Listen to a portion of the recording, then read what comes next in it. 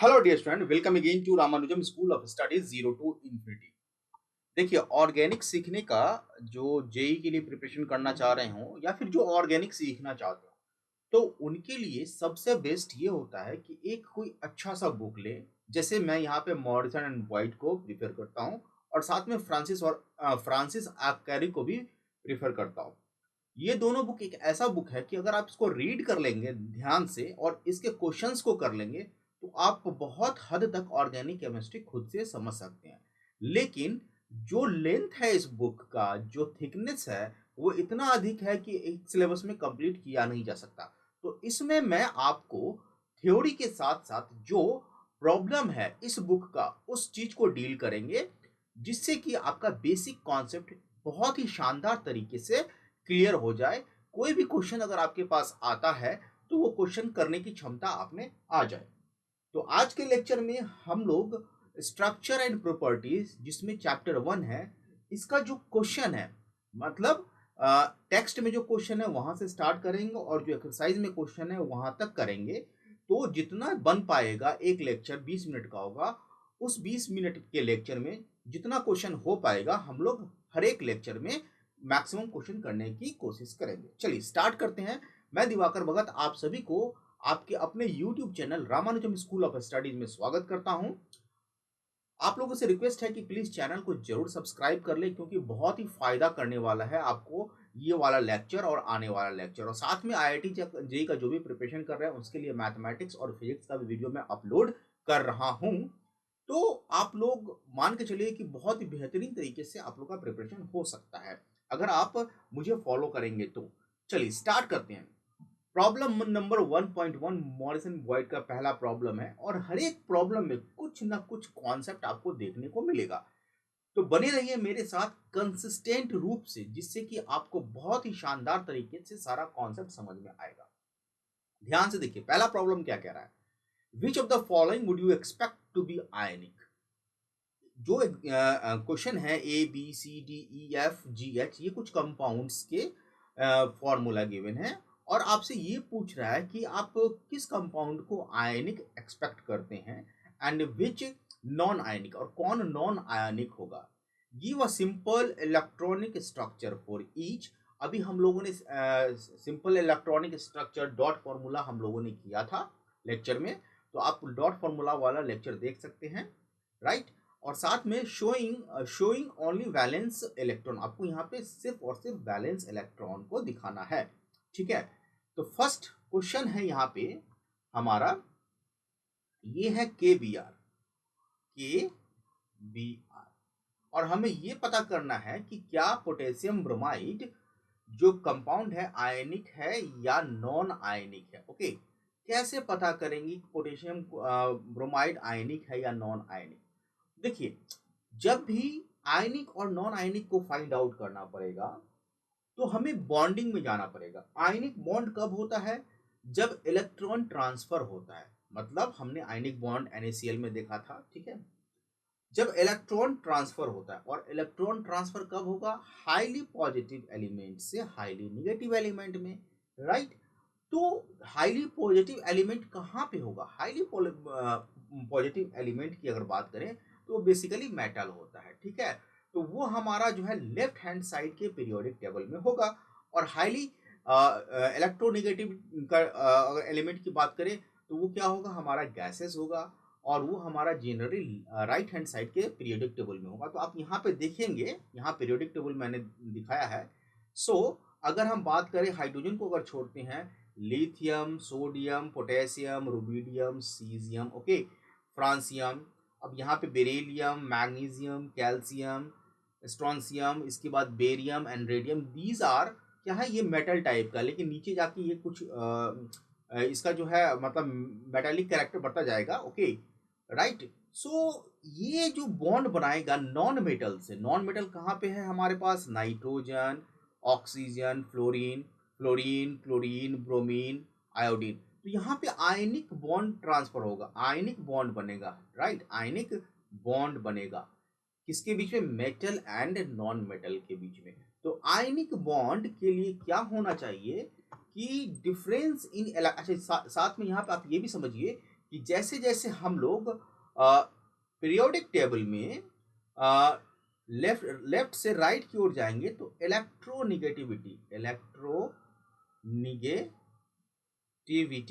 क्या होगा, इंक्रीज करता जाता है। लेफ्ट से राइट की ओर जाएंगे तो इलेक्ट्रोनेगेटिविटी क्या होगा, इंक्रीज होगा। ये प्रॉपर्टीज होता है।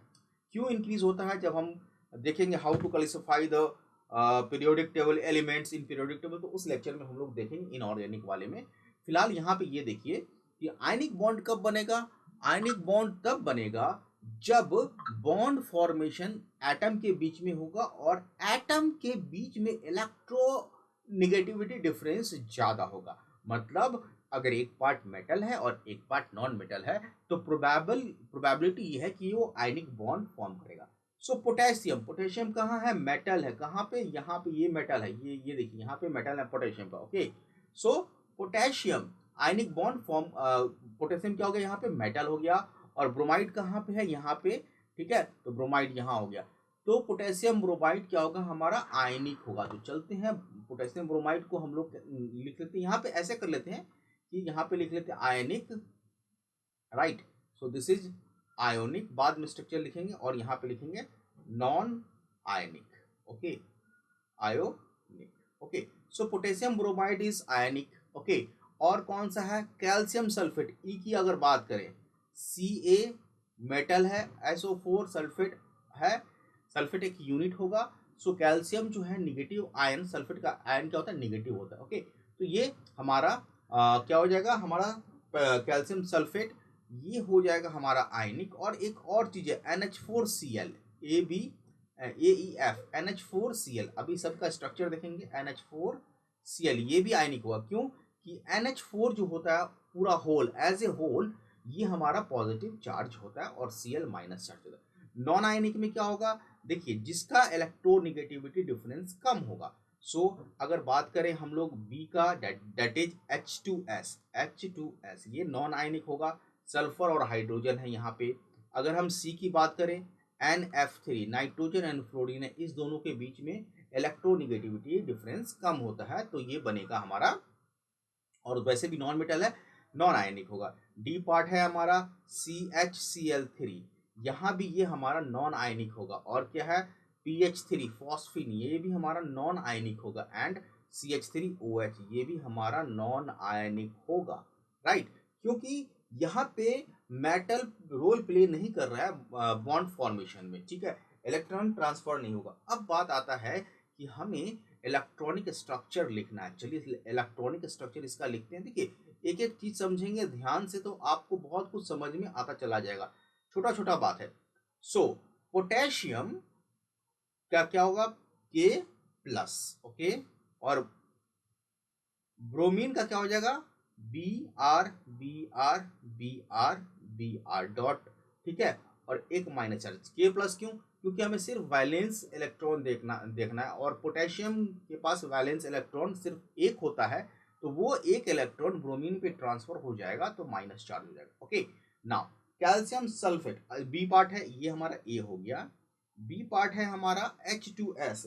चलिए H2S ये हमारा हाइड्रोजन हो गया, ओके, राइट। और ये हो गया हमारा सल्फर, वैलेंस इलेक्ट्रॉन, एक हाइड्रोजन और ले लेते हैं, एक हाइड्रोजन यहाँ पे ले लिए।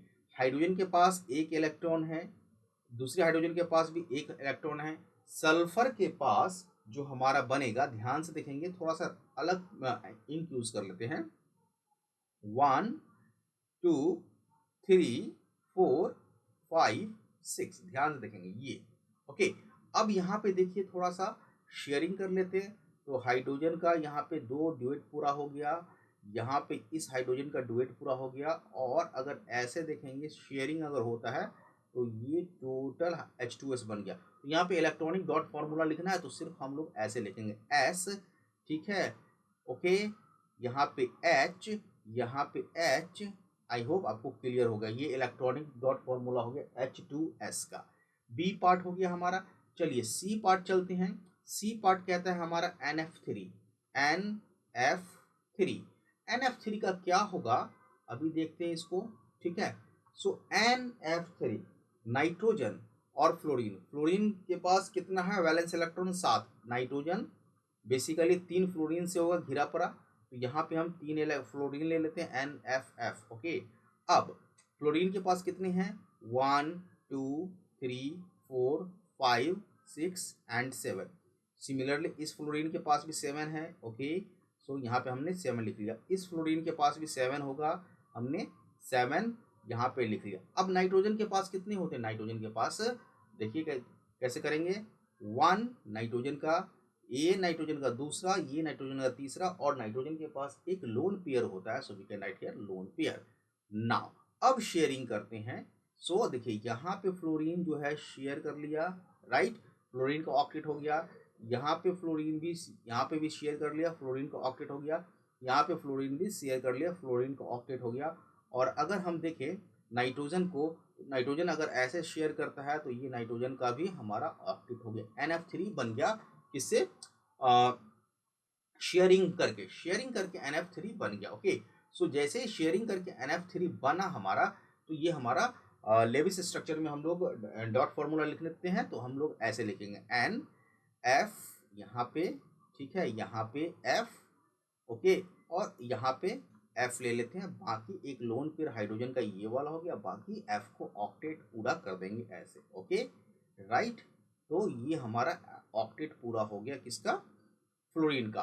तो NF3 वाला पार्ट भी हमने कर लिया। अब है हमारा CHCl3। चलिए एक स्लाइड ले लेते हैं, CHCl3 का देख लेते हैं। सो CHCl3 C, ओके, के साथ एक H होगा जुड़ा हुआ, सो H, एक H ले लेता हूँ। यहाँ पे एक काम करते हैं, यहाँ पे डॉट ने CH यहाँ पे लिख लेते हैं। ओके, सो H ये हो गया CH, यहाँ पे Cl, यहाँ पे Cl, Cl, कार्बन टेट्रावैलेंट होता है, ये तो ध्यान में रखना होगा कुछ कुछ बातें। सो कार्बन के 4 और क्लोरीन के 7, तो क्लोरीन का लिखते हैं 1 2 3 4 5 6 एंड 7। ओके, इस क्लोरीन का 1 2 3 4 5 6 एंड 7। ओके, अभी क्लोरीन का ही लिख रहे हैं 1 2 3 4 5 6 एंड 7। ओके, क्लोरीन का हो गया। हाइड्रोजन के पास एक है, हाइड्रोजन का एक लिख लिया, और कार्बन के पास 4। अब कार्बन का लिख रहे हैं 1 2 3 एंड कार्बन का ये हो गया 4। तो अब ध्यान से देखेंगे कि हाइड्रोजन का डुएट हो गया, क्लोरीन का ऑक्टेट हो गया, और कार्बन का भी ऑक्टेट हो गया। तो इस तरह से डॉट फॉर्मूला हम लोग लिख सकते हैं। ओके, ये हमारा डी वाला पार्ट था। चलिए ई पार्ट में चलते हैं। ई पार्ट कहता है कैल्शियम सल्फेट। सो कैल्शियम के पास वैलेंस इलेक्ट्रॉन 2 है, तो ये 2 इलेक्ट्रॉन क्या करेगा, मेटल है, तो आयनिक बॉन्ड बनाएगा। किसको देगा आयनिक बॉन्ड में, सल्फेट को, ठीक है, SO4। सो S, oxygen oxygen oxygen oxygen, ध्यान से देखेंगे। ओके, ऑक्सीजन का 1 2 3 4 5 6। ओके, 1 2 3 4, 3 4 5 6, ये ऑक्सीजन नहीं है, ठीक है, 1 2 3 4 5 6, राइट, ये ऑक्सीजन हो गया। ओके, अब यहाँ पे देखिए, 1 शेयरिंग, 2 शेयरिंग, 3 शेयरिंग और 4 शेयरिंग। ध्यान से देखेंगे, 4 शेयरिंग हो गया, 2 इलेक्ट्रॉन हमारे पास कैल्शियम से, इस पे सल्फेट हो गया, तो यहाँ पे लिखेंगे, इस सल्फेट को ऐसे लिखेंगे, ठीक है, और ये हो गया हमारा, यहाँ पे ऑक्सीजन का छूट गया। ओके, सो -2, तो ये सल्फेट आयन का बन गया। Okay, similarly NH4Cl F part, so NH4, so N, okay, एक हाइड्रोजन यहाँ, एक हाइड्रोजन यहाँ, एक हाइड्रोजन यहाँ, यहाँ N, ठीक है, हाइड्रोजन का डुएट हो रहा है, हाइड्रोजन का डुएट पूरा हो गया। NH4 और एक NH4, एक जो इसके पास नाइट्रोजन के पास कितना है, 4, एक इलेक्ट्रॉन वो किसको दे देगा, क्लोरीन को, तो ये पॉजिटिव चार्ज हो जाएगा, ठीक है, ये हमारा क्या हो जाएगा, पॉजिटिव चार्ज, और Cl पे एक आ जाएगा, सो माइनस निगेटिव चार्ज। तो Cl पे एक आ गया, तो Cl का भी ऑक्टेट हो जाएगा, 1 2 3 4 5 6 7 8, Cl का भी ऑक्टेट हो जाएगा, तो NH4Cl बन गया। नेक्स्ट है ABCDF G वाला पार्ट। G वाला पार्ट जो है क्वेश्चन में अगर आप देखेंगे PH3 है, तो ये इजी सा है, कर सकते हैं। Phosphine, hydrogen hydrogen hydrogen, okay, hydrogen का एक, हाइड्रोजन का एक, हाइड्रोजन का एक। फॉस्फीन, फॉस्फोरस के पास कितना होता है, 5, एक एक शेयर कर लेगा तीनों से, और 2 लोन पेयर हो जाएगा अमोनिया के जैसा, तो ये फॉस्फीन हो गया। अब है H पार्ट CH3OH ये भी इजी आप आराम से कर सकते हैं। So we can write here C के साथ एक H, एक H, एक H और उसके साथ ऑक्सीजन के साथ एक O। अब यहाँ पे देखिए 1 2 3, ठीक है, ऑक्सीजन का एक यहाँ पे, एक यहाँ पे, ठीक है, हाइड्रोजन का एक हो गया, ऑक्सीजन का एक हो गया। अब कार्बन का एक, ये 4, ठीक है, 1 2 3 और ये 4 डॉट मैं लिख रहा हूँ, आपको दिख रहा होगा, मैक्सिमाइज करके लिख देंगे। तो अब यहाँ पे देखिए हाइड्रोजन का डुएट हो गया, कार्बन का ऑक्टेट हो गया, ऑक्सीजन का ऑक्टेट हो गया, तो ये CH3OH हमारा डॉट फॉर्मूला बन गया।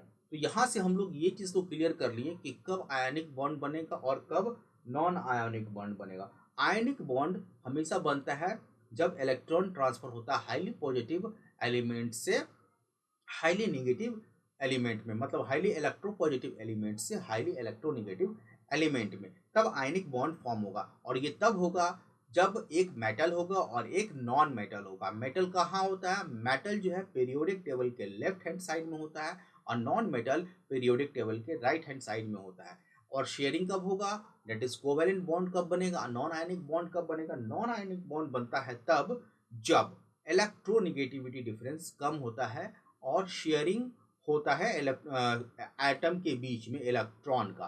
तो वो कोवेलेंट बॉन्ड में क्या होता है? ट्रांसफर ऑफ इलेक्ट्रॉन नहीं होता है, सिर्फ और सिर्फ शेयरिंग होता है। और इसके लिए क्या होना चाहिए कि इलेक्ट्रोनिगेटिविटी डिफरेंस जो होगा एलिमेंट के बीच में वो कम होना चाहिए। तो आई होप आपको ये क्वेश्चन समझ में आ गया होगा। ये फर्स्ट क्वेश्चन है और इसी क्वेश्चन में ज़्यादा एक्सप्लेन करने लग गए। चलिए, तो एक्सप्लेनेशन बहुत ज़रूरी है, बिना एक्सप्लेनेशन का आपको जो है समझ में भी नहीं आएगा। ऑर्गेनिक समझना थोड़ा सा प्रैक्टिस करना पड़ेगा। ओके, कुछ कंपाउंड आप अपने दिमाग से लिखिए या फिर आपके जो टेक्स्ट बुक 9th में 10th में जो बुक होगा उसमें कुछ कंपाउंड आपको मिल जाएगा। वहाँ से आप कुछ कंपाउंड का डॉट फॉर्मूला आयनिक है नॉन आयनिक है अपने हिसाब से करके देखिए होता है या नहीं होता है। अगर कोई डाउट फिर भी कहीं पे आ जाता है तो आप क्वेश्चन मुझसे पूछ सकते हैं। आज हम लोग प्रॉब्लम 1.1 ही करेंगे, बाकी धीरे धीरे हम नंबर ऑफ प्रॉब्लम बढ़ाएंगे क्योंकि आज ही एक्सप्लेन करने में लगभग 17 मिनट हो गया। चलिए, मिलते हैं नेक्स्ट लेक्चर में। वीडियो जैसा भी लगा हो, ये लेक्चर आपको जैसा भी लगा हो, कमेंट जरूर कीजिएगा और पूरा वीडियो को देखिए जिससे कि आपको सब कुछ समझ में आ जाए। और कंटेंट को शेयर कर सकते हैं आप अपने कलीग्स में भी। अगर अच्छा लगा हो तो वीडियो को लाइक जरूर कीजिए। आज के लिए इतना ही रखते हैं। Have a nice day. जय हिंद।